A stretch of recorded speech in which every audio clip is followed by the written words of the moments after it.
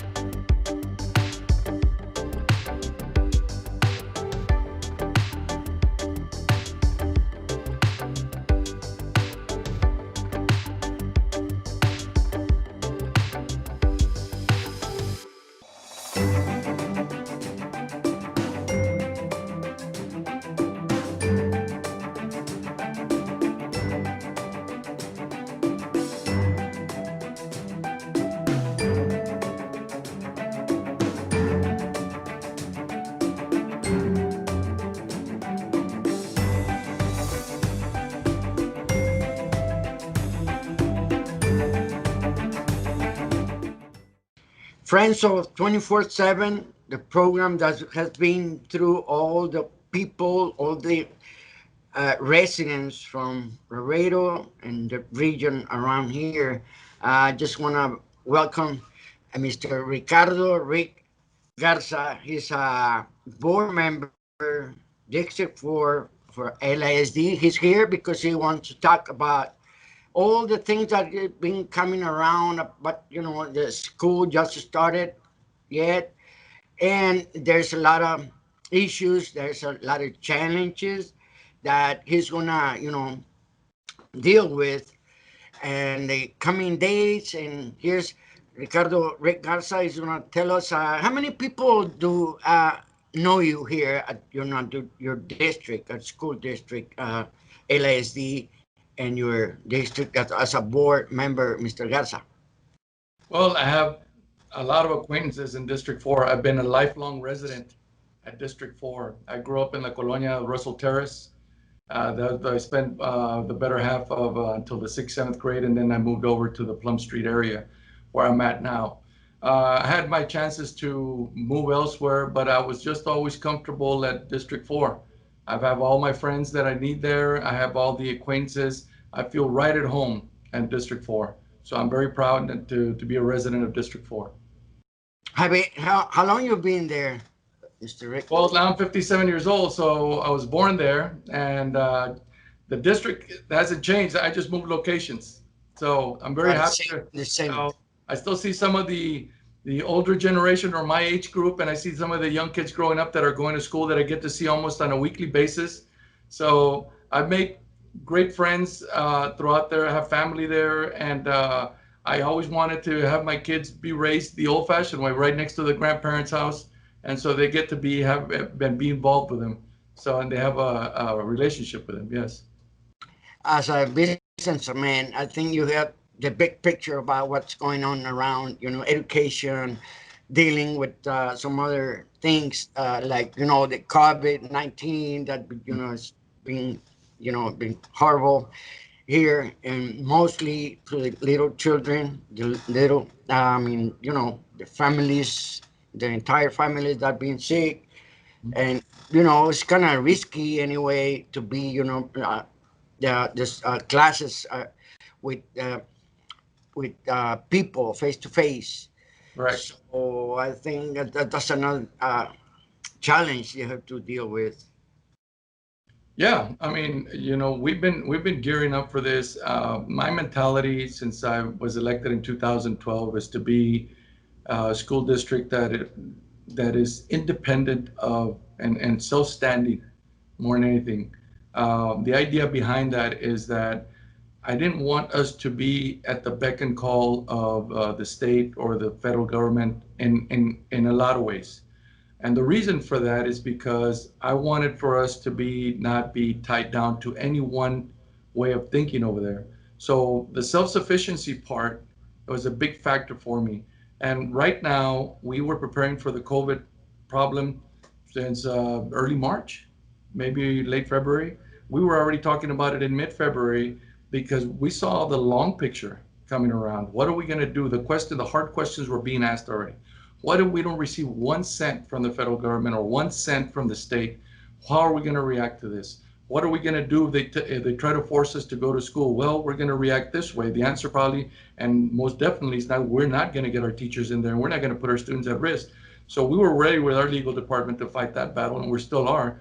But the point of the matter is that, when you have that mentality, the kids see that, the public sees that.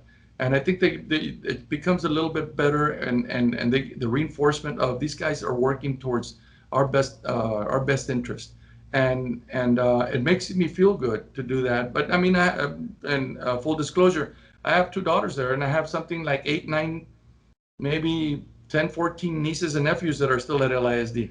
So that motivates me to do well, and it's not only because of them, but I treat all the kids there as if they were my own. The common sense approaches that we take have been paying off because of that. Talking about COVID-19, what do you think? What would be the next step?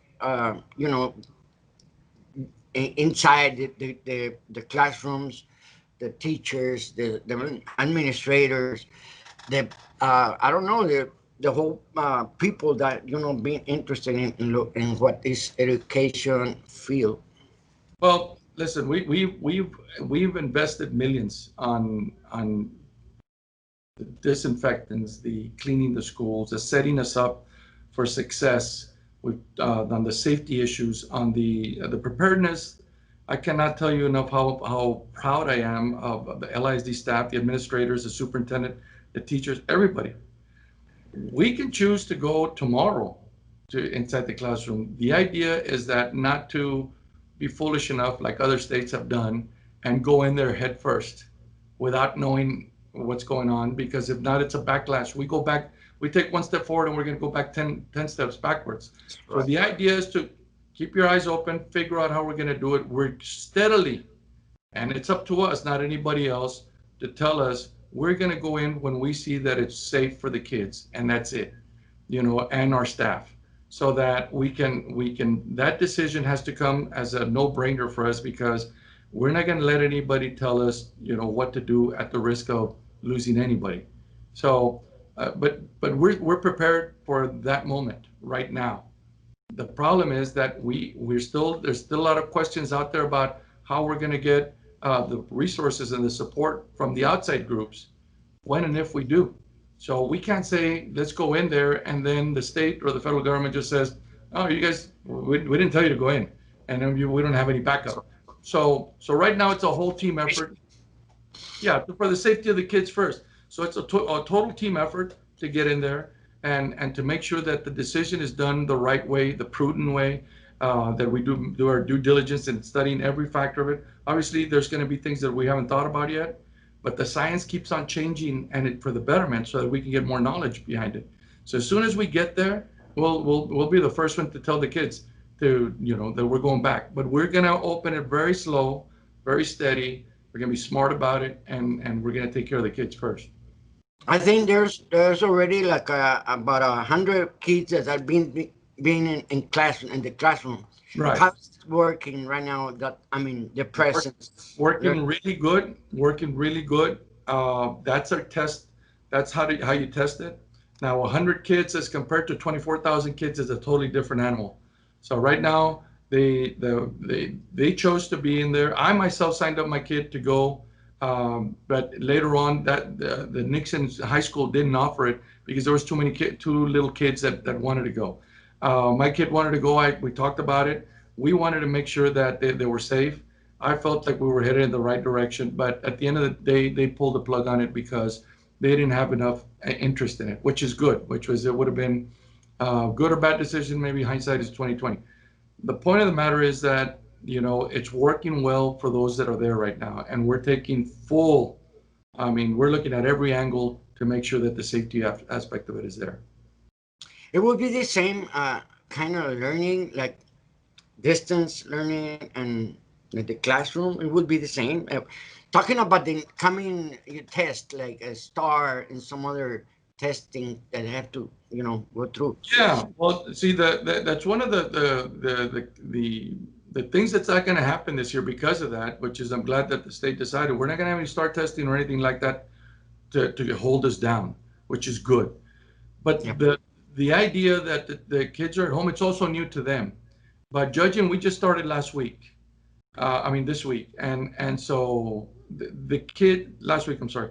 The kids are doing very well at adapting, from what I can tell. Now I have a 9 and a 10-year-old at home. A ninth grader and 10th grader at home, and plus their friends and the family members on their friend side, that we feed off all that information that they have, and so far so good. They wake up every day. I got to take my hat off to the teachers and the coaches and everybody. They're keeping them right in tune and keeping them motivated to go to class every day.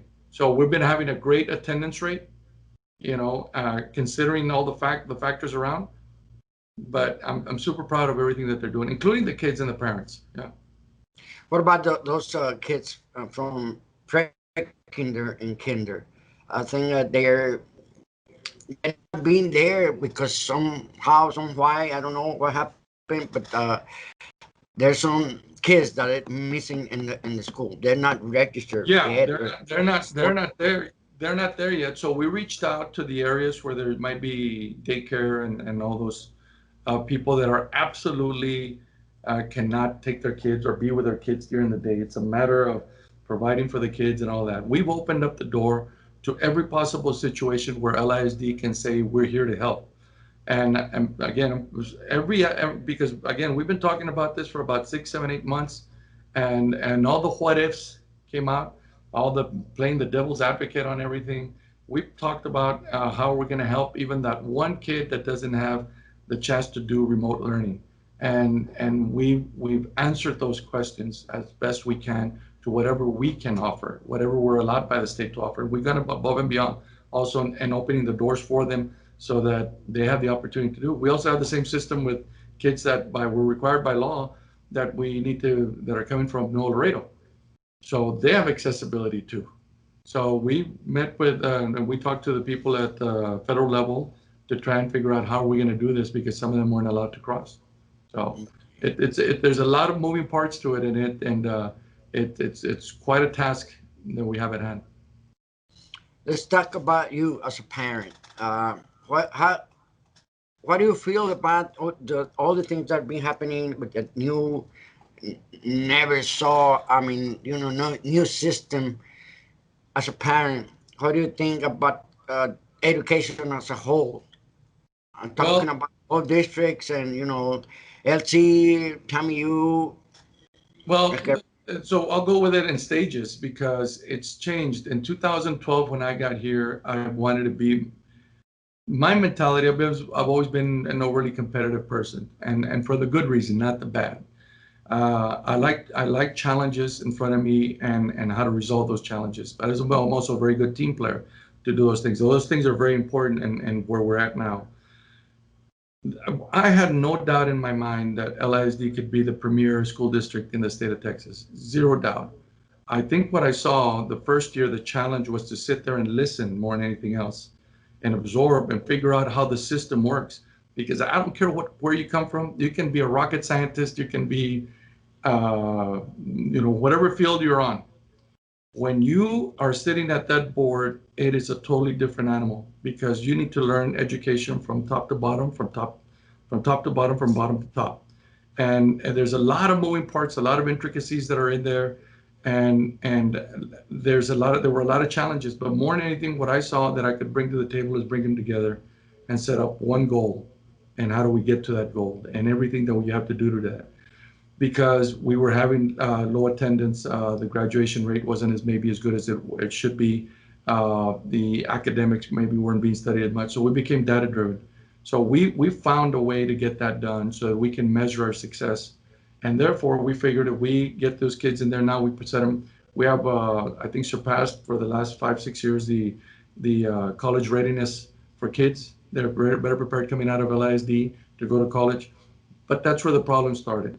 We started figuring out that not all kids are ready for college. Number one, because and most part is the finances. College cost has gone up dramatically, and that is a sad statement to make it here in the United States of America. That some of the kids are going to go without going to college because they can't afford it, and that upsets me to the core. That some of these kids can't do it because we have a lot of talent here in Laredo, especially here in Laredo, that it's not there. We have two great colleges, not through no fault of their own. That's what it is. The cost has gone up. But the programs here at LC and TAMU, to be quite honest with you, I tell all the kids, don't go. We have everything we need here in Laredo. You're going to be able to not spend on gasoline, food, apartment, all that. Unless you get a 4-year scholarship to one of these Division I schools, there's no need for you to go. And they stay here 2 years, mature a little bit, and then move on. But we also have what the arcade programs have offered over the last 4 or 5 years.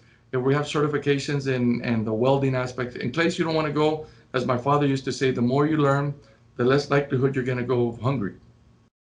So we have all the trades, the welding and the ACE and all those other things that are in there. But we also have criminal justice courses that'll get you set up, culinary arts, everything. So that you have at least an opportunity to go out there and get a job and then sustain yourself while you go to college.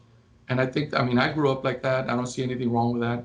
But we certainly push to have everybody college ready, not only academically, but life ready, because we offer certain things that we can at least touch up on some of the issues so that they can be prepared for life.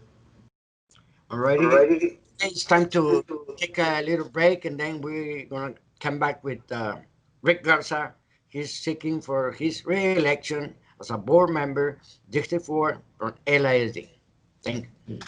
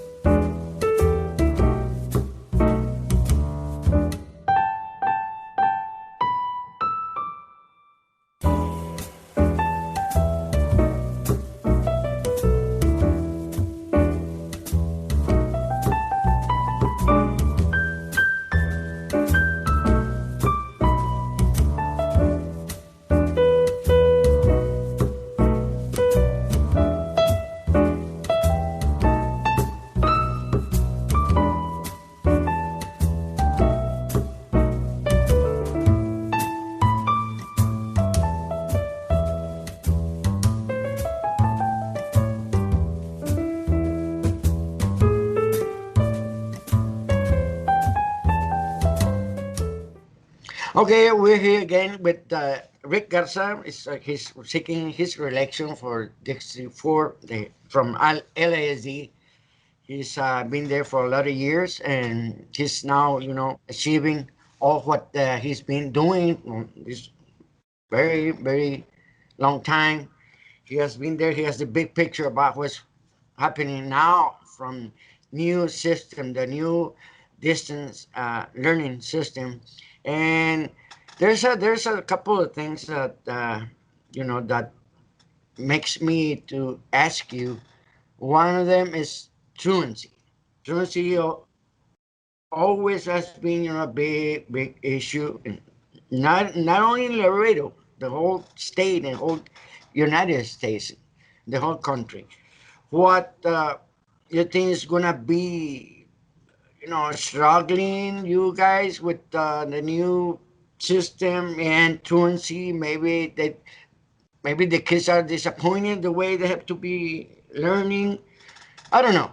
Talk to me, Rick Garza, please. Well, there's about 3 or 4 ways to look at it, and the bottom line is this. And the right answer right now is, before we went through this horrible pandemic, these kids right now, before we got there, our discipline problems were on the way down for the last 5, 6 years.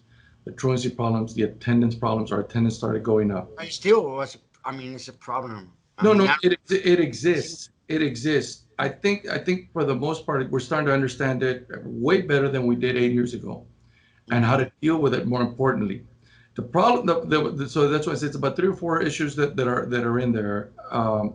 But we've dealt with it in such a way that we've been successful with it. It's not over. It's not going to be over, but we've learned how to deal with it so that we don't lose them forever. So that we, hey, all of us got in trouble when we were young. No question about that.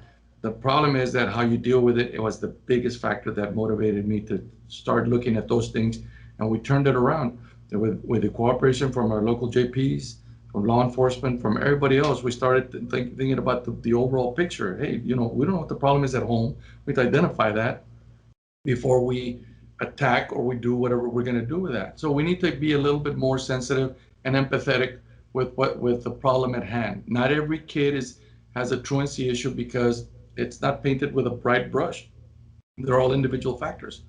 So in doing all of these things, we consulted with almost every agency outside of the school district that's out there. We've been very successful at doing it. Now we face it here. We are looking at understanding that we can't just turn a blind eye to it. Look, they're spending all day at home. Like I said, I have 2 daughters. The kids are climbing the walls. The anxiety level is there in a lot of cases. Maybe the depression level is in a lot of cases. Those hard questions we asked already. Our departments are well stacked to face that right now and are ready to go. The way we treated it as if they were going to school every day. So any situations that come up, we'll be able to do it. We'll be able to find out. And a lot of the reason is because now, and I'll give you, for instance, your child is late to school for virtual learning right now. You're going to get a phone call directly to the phone that's assigned to your parents. Why isn't your child at school right now? And then we're going to deal with that as it comes along. Well, they woke up late, or they don't listen to me, or there's a bunch of answers that can come out of it. So far, so good, though, where it's like almost zero right now in having that. But I know it's a long year to go. So we are having to adjust as we go along and tweak it as we go along. So there's a lot of positives and negatives. I think a lot of the positive end is we got the test is no longer going to be there. So that stress of being there allows the teachers to become a little bit more interactive with the kids without being so robotic and just teaching to the darn test that I really don't like. But I think they're able to create that relationship, teacher-student relationship, and they can reach out to them. And a lot of them, I think that's what they're looking for. They're looking for that structure that they used to have physically at the school, and now we're having to do it virtually.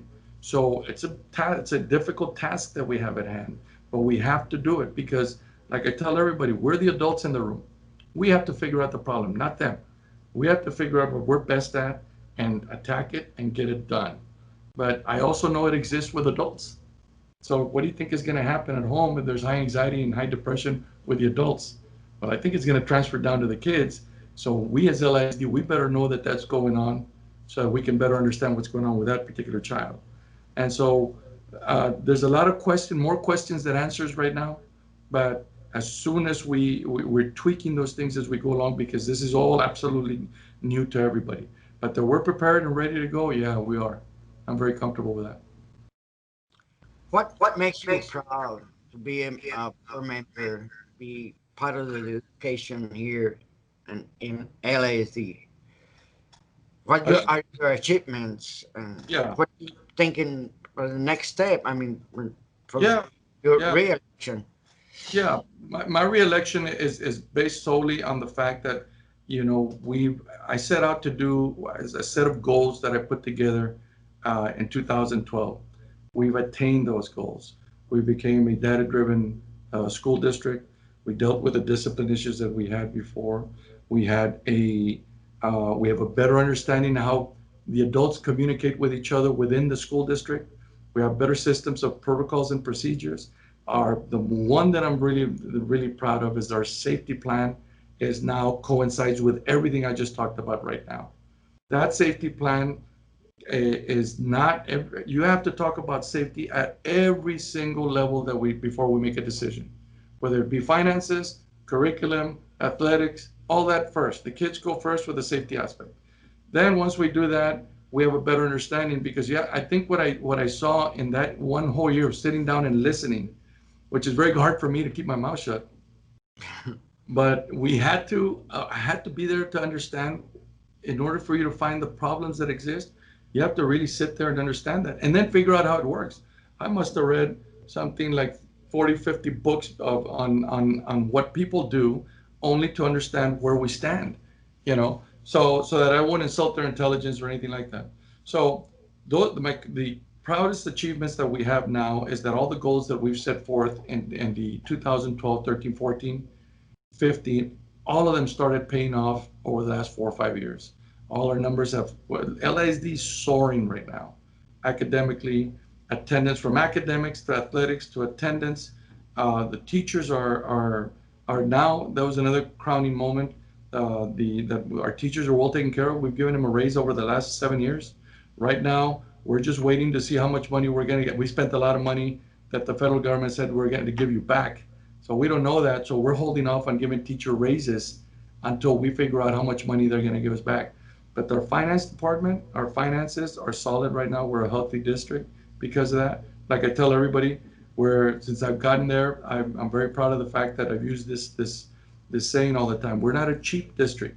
We spend good, and we want all our kids to have the best of everything. We're not cheap at it, but we surely know how to stretch a penny. And I do that. That's one proud moment that I have for our taxpayers. I'm a good steward of their monies. It's not our money. I tell everybody, this is not your money.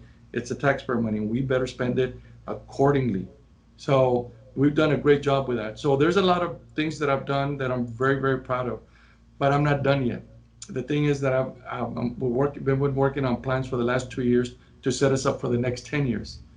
And so it transcends where I'm going to be at. If I win or lose or whatever, these plans are going to move forward not for me, but better off for that the district can be set up well financially. The safety aspect for the kids is there.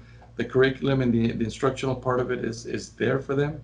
The UIL part for extracurricular activities, athletics is going to be set up for the next 4 or 5 years already. So the thing is that the funding aspects and everything that goes along with it are a big driver of this. But we've become such an efficient group of people at LISD that we're having to, which is the hardest thing to do right now, being interlocked in our school district, is the funding aspect of it. So we have to find pennies wherever we can, save them, and then spend accordingly, but so that the taxpayer doesn't suffer the burden of it. That's why you should be reelected. Yeah, I think I'm proven. I think the biggest thing is not only that. There's a saying, you don't change horses at midstream, right? Well, right now, because of the pandemic and everything that we're doing, you don't want to change horses. You want to continue to thrive with what you have. And right now we have the 7 board members and the superintendent, so we're a team of 8. Well, we're working on we're hitting all cylinders right now. We're working very well together.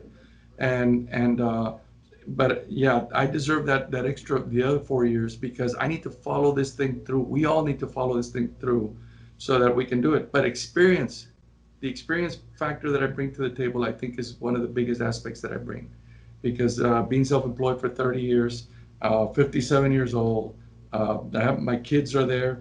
I have the whole generation of kids from my family. The kids from my neighborhood, District 4, that I know that are coming in, their parents know me. So we need a guiding hand in there for them, and somebody that's going to be willing to tell them the truth about what's going on and how we're going to get there. But I mean, I think one of the biggest things that I'm proud of is the parents in District 4. Our parental program has soared. Everybody's getting involved with their kids because we open the doors to them so that they can be part of the solution to all the problems that we have in there. And that's why a lot of things have gone down that are negative. So there's like I said, I could sit here and name 100 things that we've done positively in there and set us up for the next 4 years, 5 years. But I'm always thinking ahead. And whether or not I'm here today or tomorrow, this school district we've set up everything so that we're always looking ahead for those kids.